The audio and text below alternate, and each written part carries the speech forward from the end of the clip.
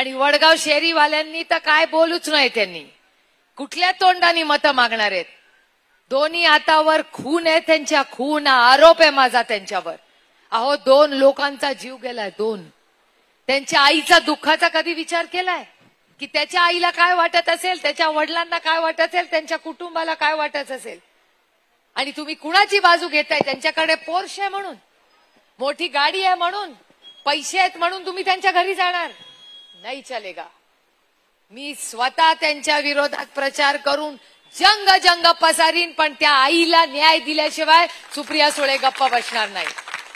मध्य प्रदेशमध्ये त्याचे आई वडील राहतात, त्यांची अश्रू पुसायला जाणार आहे तुम्ही. आणि तुम्ही बिर्याणी आणि पिझ्झा घेऊन पोलीस स्टेशनला जाता. अहो हे पोलीस स्टेशन आहे, तुमच्या घरातला डायनिंग टेबल नाहीये. ही मस्ती तुमच्या घरी दाखवायची, सर्वसामान्य माणसाच्या अश्रूंसमोर नाही चालणारी. आणि ही पोर्श गाडी कितीतरी कोटी रुपयाची गाडी आहे, कुठल्या पैशांनी विकत घेतली देवालाच ठाऊक. पण त्या पोर्शच्या गाडीनी त्यांचा जो खून झालेला आहे, त्या 2 युवक आणि युवतींचा काय चूक त्यांची? की ते गरीब आहेत म्हणून मोटरसायकलवरनं जात होते, ही त्यांची चूक. गरीब माणसाच्या आयुष्याची ही किंमत तुम्ही कराल आणि पोर्शवाल्याला बिर्याणी खायला घालवाल? नाही चलेगा. अशा प्रवृत्तीला यावेळी घरी पाठवण्याची जबाबदारी वडगाव शहरीकरांवर आहे. अरे कुठल्या तोंडाने मतं मागणार तुम्ही? माझा आरोप आहे, हो तुम्ही भ्रष्टाचारी आहात, तुम्ही खुनी आहात.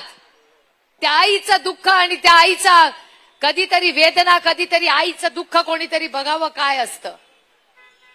आणि या पोर्श करण्याला एवढं करून थांबले नाहीत ते. रक्त तपासणी केली, त्या रक्त तपासणीमध्ये रक्त बदलायचं पाप पण यांनी केलेलं आहे. रक्त बदललं.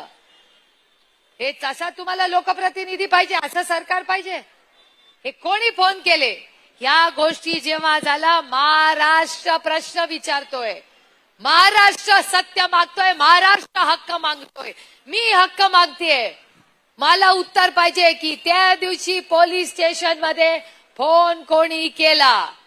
त्या दिवशी पोलीस स्टेशनमध्ये जेव्हा वेळ आली तेव्हा रक्त तपासणी केली, तेव्हा ससून हॉस्पिटलमध्ये फोन कोणी केला?